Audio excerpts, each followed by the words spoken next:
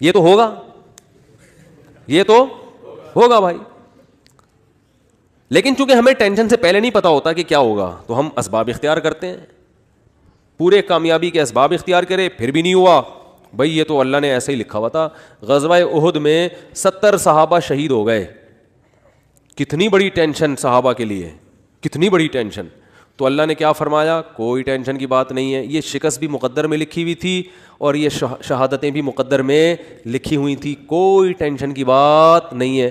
رہا یہ مسئلہ کہ تم سے غلطی ہوئی تھی، مشورے پر عمل نہیں ہوا، نبی کا حکم تم سے ٹوٹ گیا، تو اس کی وجہ سے یہ ٹینشن پہنچی ہے. تو اس سے تم نے چونکہ توبہ کر لی ہے تو وہ والی ٹینشن بھی کیا ہو گئی؟ ختم. آخرت کا نقصان کا خطرہ تھا کہ نبی کے جو حکم دیا تھا گھاٹی پہ رہنا ہے، تو وہ توبہ سے معاف ہو گیا. باقی رہا یہ شکست، کوئی مسئلہ نہیں. وَيَتَّخِذَ مِنكُمْ شُهَدَاءَ، اس میں مثبت چیزیں سوچو کہ اللہ چاہتا تھا تم میں بہت سے لوگوں کو شہادت کا مرتبہ دینا، تو اللہ نے ان کو جلدی آزمائشوں سے نکال کے جنت میں پہنچا دیا. اور کیا چاہیے؟ ایک انگریز نے اس آیت کے تحت لکھا ہے کہ محمد، وہ تو درود شریف نہیں لکھتے نا، اس نے تو محمد غلط استعمال کیا، میں صلی اللہ علیہ وسلم. اس نے کہا محمد کے جو فرینڈ تھے نا، اس قسم کی چیزوں نے ان کو موٹیویٹ کیا تھا جس سے انہوں نے پوری دنیا پہ حکومت کی ہے، کہ شکست کھا کے بھی کیا کر رہے ہیں، کہہ رہے ہیں یہ تو ہونا ہی تھا، لہذا اس سے ٹینشن لینے کی بات نہیں ہے، اور یہ شہادت میں بھی خیر ہے تمہاری، آگے بڑھو. مایوسی ہے ہی نہیں. ٹھیک ہے نا. ہمارے یہاں پتہ ہی کیا سمجھا کہ مایوسی کفر ہے. اس کا مطلب یہ سمجھا جاتا ہے کہ میں جہاں شادی کرنا چاہتا ہوں وہاں شادی ہو کے رہے گی، کیونکہ مایوسی کیا ہے؟ کفر ہے.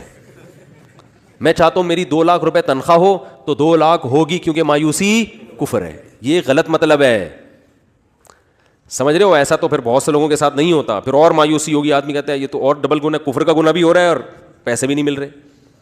ہم کہتے ہیں میں صحت بناؤں گا تو صحت بنے گی، کیونکہ مایوسی کفر ہے. یہ مطلب نہیں ہے. مطلب یہ ہے کہ اللہ سے یہ امید لگائی جائے کہ جو ہوگا اچھا ہی ہوگا میرے حق میں. میں چاہتا ہوں میرا اچھا روزگار مل جائے، 2 لاکھ تنخواہ نہیں ہو رہی، 1 لاکھ ہے، اسی ایک میں اللہ کیا کرے گا؟ برکت دے گا. روزگار نہیں مل رہا، کوئی بات نہیں، اسی میں اللہ کیا کرے گا؟ برکت دے گا. نام ملنے میں بڑے فائدے ہیں. روزگار نہ ملنے سے ٹینشن ہوگی، ٹینشن میں اللہ یاد آئے گا، اللہ سے دعائیں مانگو گے، اس ٹینشن میں گناہ معاف ہوں گے، برداشت کی قوت پیدا ہوگی. بعض دفعہ زیادہ کھانے سے بھی مسئلے خراب ہو جاتے ہیں، پیٹ بھرے ہوئے ہوتے ہیں تو الٹے الٹے خیالات آنا شروع ہو جاتے ہیں انسان کو. ایوب علیہ السلام پریشان تھے نا بیماریوں میں، مایوس نہیں ہوئے، اس لیے کہ ان کو پتا تھا یہ میرے لیے کیا ہے؟ بہتر ہے. کتنا بہتر کہ قرآن میں آخری نبی پر آیت نازل ہوئی ہے، نعم العبد، ایوب کیا خوب بندہ تھا، کیسی زبردست بشارت دی اللہ نے. اللہ کا کلام غلط نہیں ہو سکتا. اور اللہ نے یہ نہیں کہا کہ ایوب اچھے تھے، نہ ایوب امتحان میں کامیاب ہو گئے، نہ نعمہ تعجب کا صیغہ ہے. گویا اللہ تعجب کر رہے ہیں، یار کیا خوب بندہ تھا. اللہ کو تعجب نہیں ہوتا، لیکن اللہ ہم سے ہماری زبان میں بات کر رہے ہیں کہ اگر کوئی ایوب کی قربانی اور اس کے صبر کو دیکھتا تو کہتا ہے بھائی یہ صبر کھوپڑی میں آنے والا نہیں ہے، یہ تو بہت ہی زبردست بندے ہیں اللہ کے. اتنا بڑا کامیابی کا سرٹیفکیٹ ان کو اس بیماری کی وجہ سے ملا. اور آج ذرا سی پریشانی آدمی 10 قسم کے، یہ میرے ساتھ ایسا کیوں ہو گیا، میرے ساتھ ایسا کیوں ہو گیا. اور آج کل یونیورسٹیوں میں ہوتا یہ ہے کہ ٹینشنوں میں خدا کا انکار کر دیتے ہیں. پہلے تو یہ تصور نہیں تھا. اب جو نئی نسل آ رہی ہے نا، فون کرتے ہیں مجھے، بتاتے ہیں میرے ساتھ یہ ہوا، میں تو اللہ کو مانتا ہی نہیں. میں کہتا ہوں یار یہ میرے سامنے اتنا جری ہے، عام حالات میں کیا کر رہا ہوگا. تو نہ مانو، اللہ کو آپ کے منوانے کی کوئی ضرورت نہیں ہے. وہ سمجھتے ہیں کہ مجھے ترس آئے گا، ہائے بیچارے کے ساتھ اتنا غلط ہو گیا کہ یہ تو اللہ کو ہی نہیں مان رہا، ہائے ہائے ہائے، یہ تو آ جاؤ میں تمہیں تسلیم. میں کہتا ہوں بھائی تو نہ مان، جس خدا نے تجھے پیدا کیا ہے کم وقت تو اس کی نہیں مان رہا، تو ہماری کیا مانے گا ہے. تو یہ جو ایتھیزم پھیل رہا ہے نا، اور میں نے آپ کو رپورٹ پیش کی تھی نا کہ ایتھیس میں خودکشی کا ریشو زیادہ ہے، کیونکہ ایتھیزم کی طرف جاتا ہے انسان بہت مرتبہ، ہمیشہ نہیں، بہت مرتبہ عدم برداشت کی وجہ سے. تھوڑی سی پریشانی آئی، اللہ کہاں ہے، اللہ میرے مسئلے کیوں نہیں حل کر رہا، تو پھر وہ اللہ ہے. اللہ پر ایمان کا مطلب وہ اللہ ہے، اس کو اللہ مانا جائے. تو اللہ کا مطلب اختیارات اس کے پاس ہے، میرے پاس نہیں ہے. تو اپنے حساب سے آپ کو چلائے گا، وہ آپ کے حساب سے نہیں چلے گا. پھر یہ ایتھیسٹ کہتے ہیں دعائیں قبول نہیں ہوتی، دعائیں قبول نہیں ہوتی. آج کل یہ نوجوان لڑکوں کو بہت ہے، یار میں اتنے دنوں سے دعا مانگ رہا ہوں قبول ہو نہیں رہی. تو کوئی اللہ نہیں ہے، سب مولویوں نے لوگوں کو بیوقوف بنایا ہوا ہے. ابے جن مولویوں کے تم کہہ رہے ہو بیوقوف بنایا ہوا، وہ تم سے زیادہ دعائیں مانگ رہے ہوتے ہیں. اگر بیوقوف بنایا ہوا ہوتا وہ نہیں مانگتے، تمہیں کو لگایا ہوا ہوتا دعاؤں پہ انہوں نے. لیکن وہ جب دعا مانگتے ہیں ان کو قبولیت سے کوئی سروکار ہوتا ہی نہیں. ان کا مطلب ہوتا ہے اپنی فائل اللہ کی عدالت میں فائل کر دینا, اپنے ڈاکومنٹس اللہ کی عدالت میں جمع کرا دینا. یار تسلی اللہ کو بول دی ہے, اب جو ہوگا صحیح ہوگا. یہ تو اس لیے دعائیں مانگتے ہیں. یعقوب علیہ السلام ساری زندگی دعائیں مانگتے رہے, اللہ اولاد ملا دے, اولاد ملا دے, اولاد سے میری ملاقات کرا دے, میرے بچے کو محفوظ فرما لے, ہے نا. دعائیں مانگتے رہے, دعائیں مانگتے رہے. آنسر کیا آیا؟ دوسرا بچہ بھی گم گیا. یہی ہوا نا, بنیامین جو دوسرا بیٹا تھا وہ بھی بھائیوں نے یہ کہا کہ وہ بھی. تو اب کیا کہہ رہے ہیں؟ فصبر جمیل, صبر کروں گا اور صبر میں بھی جمال پیدا کروں گا. جمال کا مطلب خوبصورت صبر ہوگا. علماء کہتے ہیں صبر کی دیر آر 2 types آف صبر. ایک صبر یہ ہوتا ہے کہ آدمی واویلا تو نہیں کرے, نافرمانی تو نہیں کرے, لیکن ٹینشن سے منہ سے اور یوں ہی بنا رہے ہیں, کیا ہے نہیں ہو تو بس منہ سے نکل نہیں رہے الفاظ ہیں کہ ٹھیک ہے صبر کریں گے, کیا کریں, مقدر میں یہی لکھا ہوتا. ایسا ہوتا ہے نا. جیسے آپ بولیں کہ یار ماشاء اللہ آپ کیا گھر میں حالات کیسے, صحیح چل رہے ہیں, بس کیا کریں, دنیا مسافر خانہ ہے, مفتی صاحب سے بیان میں سنا تھا, بس کیا ہے, ٹھیک ہے اللہ ہے بھائی, ٹھیک ہے, جب اس کا حکم ہوگا تو سن لے گا ہماری بھی دعا. اس کو کیا کہتے ہیں؟ اونلی صبر. اس کو کیا کہتے ہیں؟ اونلی صبر. چلو گناہ نہیں کر رہا کم بخت, اللہ کا انکار نہیں کر رہا, کوئی حرام کام نہیں کر رہا. اور ایک ہوتا ہے صبر جمیل, ایسا صبر کے ہٹو بچو ہو جائے جیسے ایوب علیہ السلام نے کیا. وہ صبر یہ ہوتا ہے کہ ذرہ برابر اپنے ایٹیٹیوڈ سے اور اپنی زبان سے شکایت نہ جھلک رہی ہو. جیسے ہمارے حضرت نے غربت میں فرماتے ہیں کہ جو میں صبر نہیں کرتا تھا کیونکہ مجھے ڈر لگتا تھا گناہ نہ ہو جائے. اللہ کہے گا صبر تو مصیبتوں پہ کیا جاتا ہے, تجھے مصیبت کہاں پہنچی ہوئی ہے, بلکہ میں اپنے آپ کو کیا سمجھتا تھا, بادشاہ ہوں, اس لیے میں لوگوں سے الگ رہتا ہوں. تو اس کو سرے سے مصیبت سمجھ ہی نہیں رہے ہیں, بلکہ کیا کہہ رہے ہیں؟ صبر جمیل. کیا کرنا ہے؟ ایسا صبر جس میں کیا ہو؟ جمال ہو. اور لا تیأسوا من روح اللہ, اے میرے بچوں اللہ کی رحمت سے نا امید مت ہو. اعلم من اللہ ما لا تعلمون, میں اللہ کے بارے میں وہ کچھ جانتا ہوں جو تم نہیں جانتے. رو بھی رہے ہیں. اب آپ کہہ سکتے ہیں جب اپنے عمل سے بھی شکایت نہیں کرنی, زبان سے بھی, تو پھر رو کیوں رہے ہیں؟ یہ غیر اختیاری ہے, اس پہ کوئی پکڑ نہیں ہے, اور یہ آپ کے دل کے زندہ ہونے کی دلیل ہے. کیونکہ رونا بھی نہیں آ رہا بچے کے گمنے میں, اس کا مطلب آپ کے سینے میں دل ہی نہیں ہے. پھر تو قربانی نہیں ہے نا. اتنا غم تو ہوگا تو غم زدہ ہوں گے نا. اگر مثلا کوئی آدمی بچہ گم گیا اور اب یہ گھوم رہا ہے آرام سے, کہہ رہا ہے بچہ گھوم گیا, صبر جمیل کریں گے, کچھ بھی نہیں ہے, تو یہ صبر جمیل نہیں ہے, اس کا مطلب یہ اس کا بچہ تھا ہی نہیں. حقیقت اپنا بچہ ہوتا تو اتنے مزے سے نہیں گھوم رہا ہوتا. ٹینشن یہ نیچرل ہے, آنکھیں بھی بہیں گی, غم بھی ہوگا, ٹینشن بھی ہوگی. زبان سے جو چیز غیر اختیاری ہے اس پہ پکڑ نہیں ہے. ہمارے نبی کی نواسی کا انتقال ہوا آپ کی گود میں, آپ کی آنکھوں سے آنسو ٹپکنا شروع. صحابہ نے عرض کیا یا رسول اللہ آپ تو صبر کی تلقین کرتے ہیں, تو آپ نے کیا فرمایا؟ آنکھیں بہہ رہی ہیں, دل غم زدہ ہے. یہ یعنی مطلب یہ کہ یہ 2 چیزیں ہمارے اختیار میں, نہ آنکھوں کو روک سکتے ہیں نہ دل کو غم زدہ ہونے سے روک سکتے ہیں. زبان وہی کہے گی جس پہ اللہ راضی ہے. زبان کہے گی کہ جو اللہ کا حکم تھا, ما قدر اللہ, جو اللہ کے فیصلے ہیں ان فیصلوں پر راضی. لیکن جب اس ٹائپ کا صبر ہوتا ہے نا جو غیر اختیاری, تو وہ اعتدال سے ہوتا ہے. یعنی اس ٹائپ کا جو غم ہوتا ہے نا وہ اعتدال سے ہوتا ہے, اس میں آنسو بھی نکلتے ہیں, دل بھی غمزدہ ہوتا ہے. آج کل جو غم ہو رہے ہیں نا, جس طرح سے چیخنا پیٹنا, ہاں وہ میرے ساتھ یہ ہو گیا, گھر میں دیکھو نا کیا ہو رہا ہے.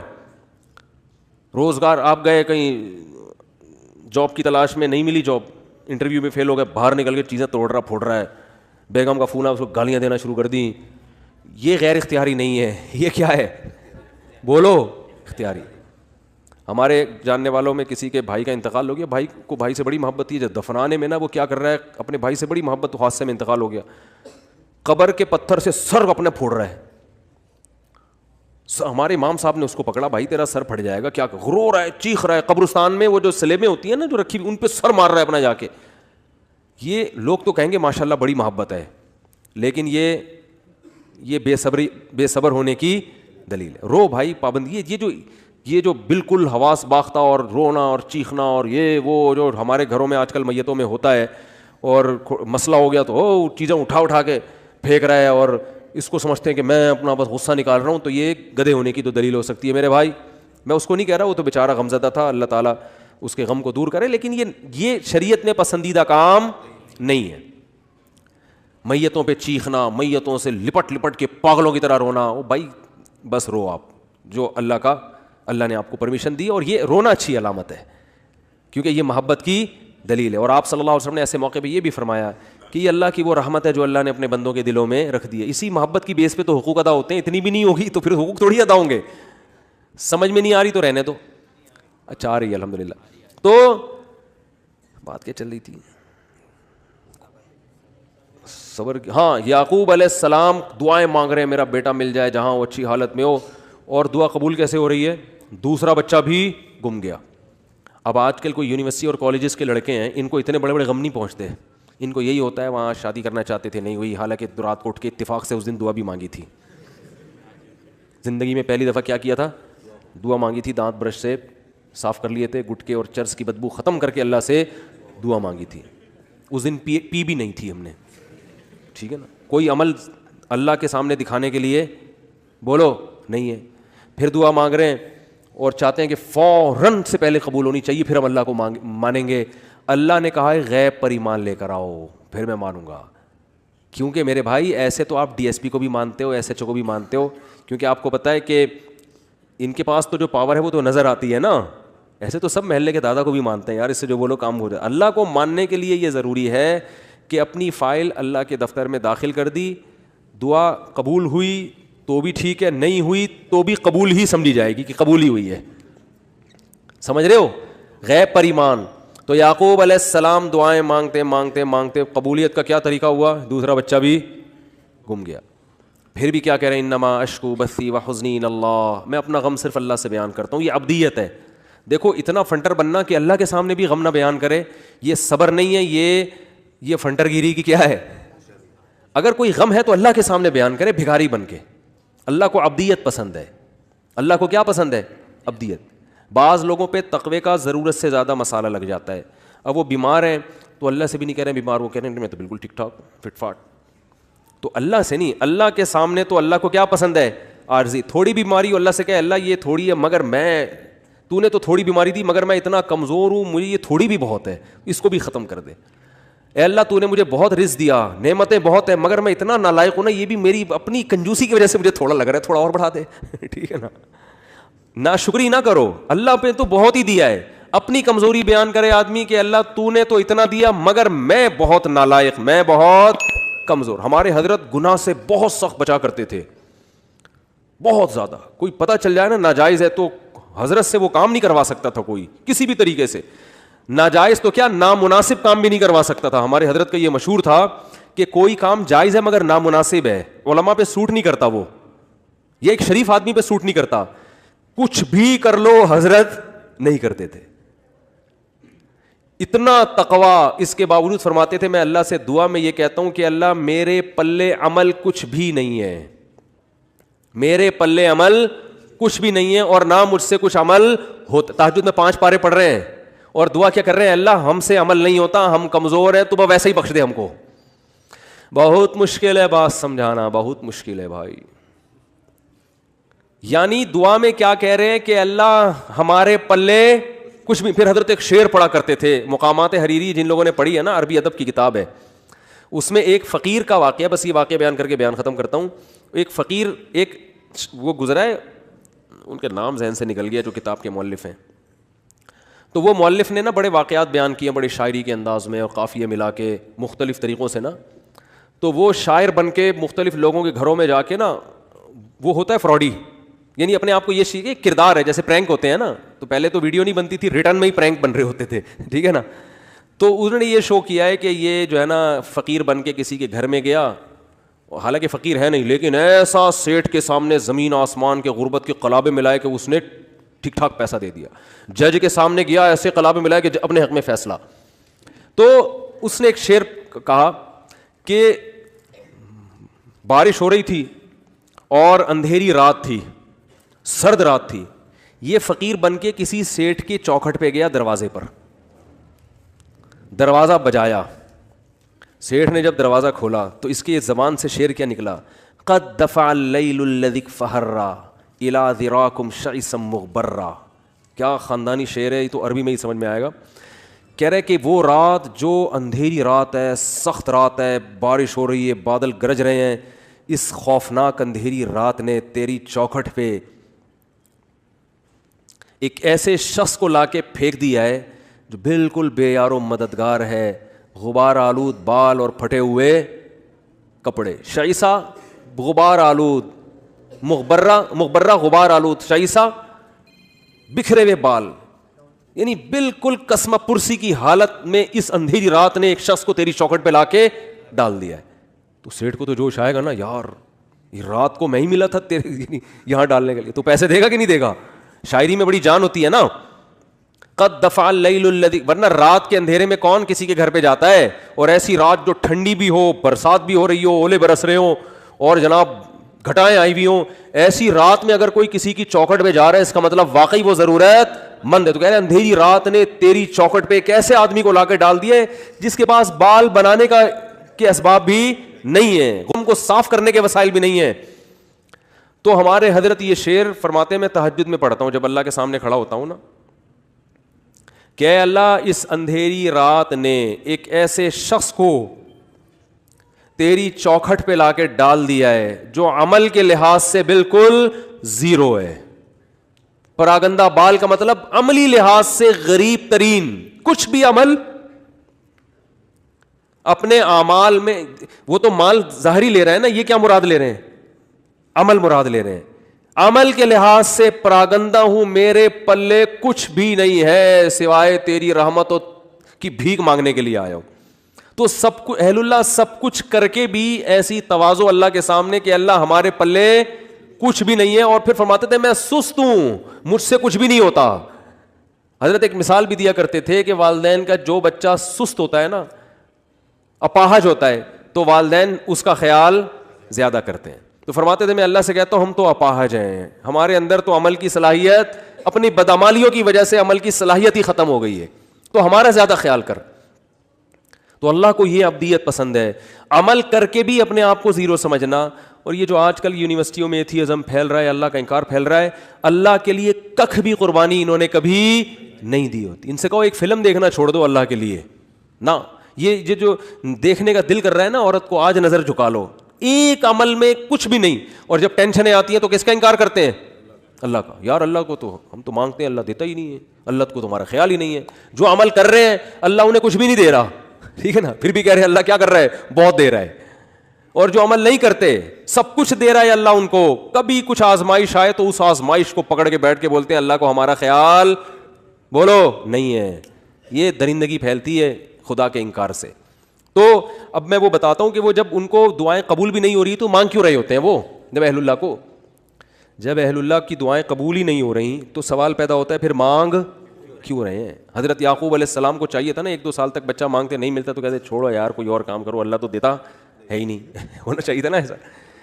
وجہ اس کی ہے کہ نبی صلی اللہ علیہ وسلم نے فرمایا کہ انسان جب دعا مانگتا ہے نا تو اللہ اس کی دعا قبول کرتا ہے, ہر دعا.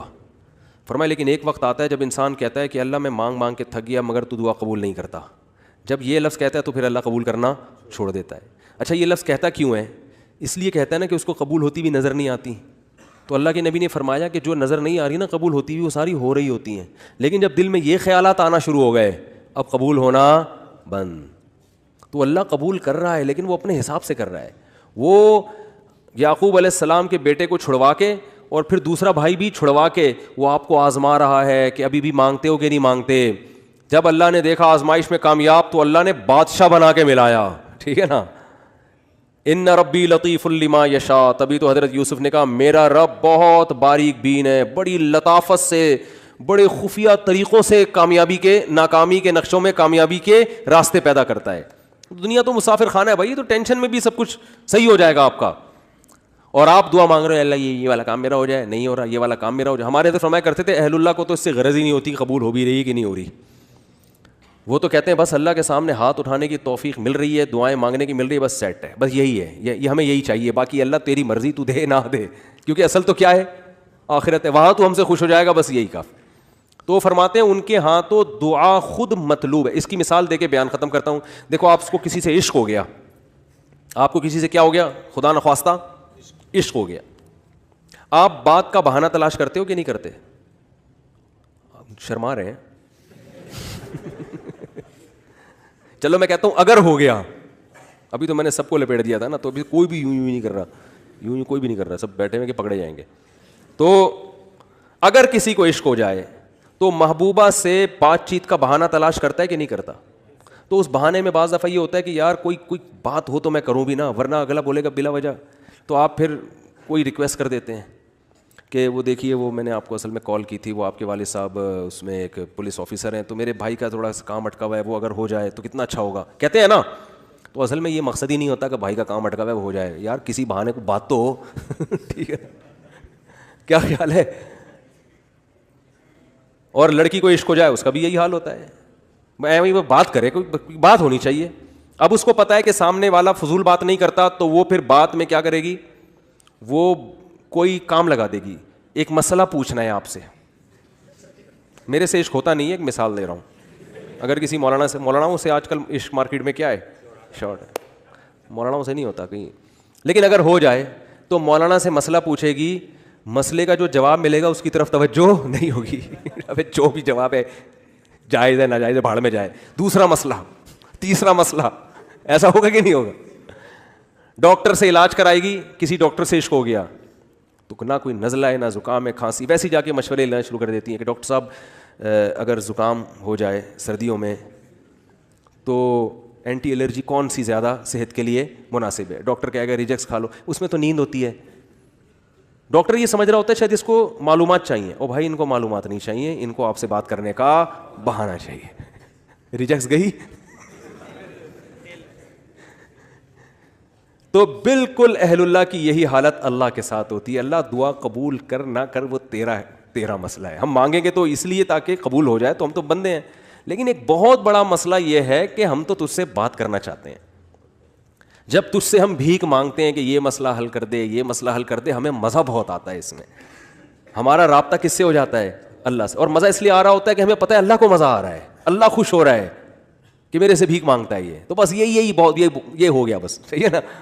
اب وہ قبول ہو جائے ٹھیک ہے, نہیں ہے تو بھی ٹھیک. تو جب تک میرے بھائی اس اسٹیج پہ نہیں پہنچتے نا, مزے کی زندگی نہیں ہوگی. مزے کی زندگی اسی میں اللہ کی عدالت میں مقدمہ دائر کر دیا, اللہ یہ کہا. ہاں ایسا نہ ہو کہ اب اللہ سے یہ کہنا شروع کر دیں کہ اللہ قبول کر, تیری مرضی قبول نہیں کر, تیری مرضی, ہم تو ویسے ہی مانگ رہے ہیں. حدیث میں آتا ہے ایسا نہیں, جب اللہ تو کرے گا وہی جو اللہ چاہے گا. آپ نے غلام بن کے مانگنا ہے کہ اللہ قبول کر دے, یہ چیز مجھے چاہیے تو دے دے. ٹھیک ہے نا. ایسے نہیں مانگیں کہ اللہ یہ مجھے روزگار مل جائے تو اچھا ہے, نہیں ملے تو تیری تقدیر ہے. تو یہ دعا نہیں ہوئی نا پھر, یہ تو ویسے ہی اللہ کی تقدیر ہے بھائی. تو آپ نے تو مانگنا ہے اللہ میرے مجھے کشادہ رزق حلال نصیب فرما دے, اے اللہ میری اس بیماری کو ٹھیک کر دے. تو بس وہ بات سمیٹ دوں کہ اللہ نے کیا فرمایا, جس حال میں ہو اس خوش فہمی میں مت رہو کہ مستقبل میں یہ حال ہوگا. تو اس کا کیا طریقہ ہے کہ پھر عمل کو فوکس کرو تاکہ مستقبل میں حالت اگر یہ تو ہے تو آخرت کے بارے میں, لیکن دنیا پہ بھی صادق آتی ہے کہ اگر مستقبل میں حالات خراب بھی ہوئے تو اللہ کی طرف سے